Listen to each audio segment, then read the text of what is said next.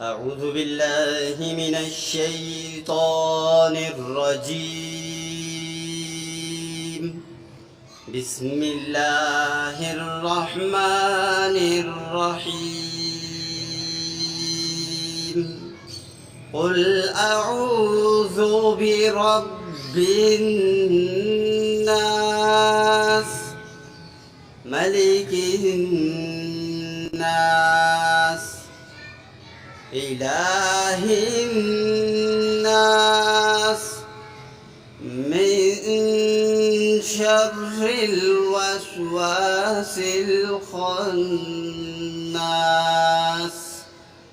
الذي يوسوس في صدور الناس